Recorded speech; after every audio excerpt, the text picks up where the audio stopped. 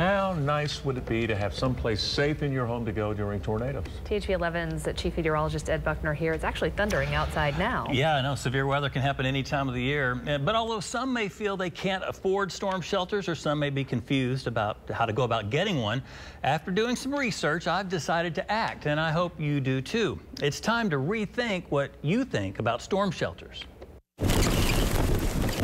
As a meteorologist, and more importantly a human, the hardest thing for me to cover and report on are deadly tornado outbreaks.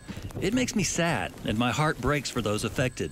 And as population centers grow, so does the extent of damage and casualties. These towns and these dates will live forever in history. Yet they only represent a small handful of the tornado outbreaks to affect Arkansas and our surrounding states in the past 60 years.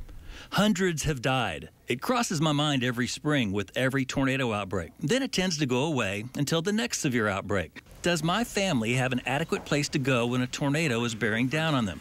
Yes, we have a plan and a place to go, but in the event of an extreme EF4 or EF5 tornado, the safest place is underground.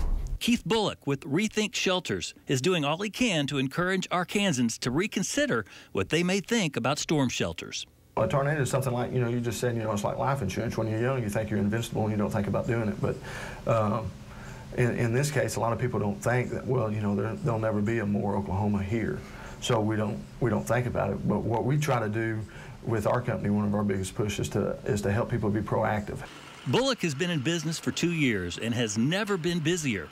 And as the twisting winds of fate would have it, it only took a close call from a tornado for him to realize what he wanted to do with his life. Well, we had a funnel cloud come over about 2 years ago in Manila. And my wife spent all day looking for options, and we found shelters that could be installed in the garage. And she thought she had enough confidence in me that I could do it. And do it he did. Bullock has filled a need for Arkansans to be safe during violent weather. He noticed how popular underground shelters were in Oklahoma, and he knew that he needed to bring them here. He offers shelters of all prices, sizes, either above ground or below. But Bullock says a shelter installed during new construction is the easiest to customize for any need or expense. The steps come out to allow more room. We've installed them before with contractors in laundry rooms. We've done them in dens where they end up putting a floor over it, and then they have a door opening where they can get down inside of it. Homeowner John Morris had a grant issued from the Veterans Administration for a home improvement, and he couldn't think of a better way to use that free money. I decided on this one for 2 reasons. It will withstand a stronger tornado, I think, and also you can park a car over it and use the garage space.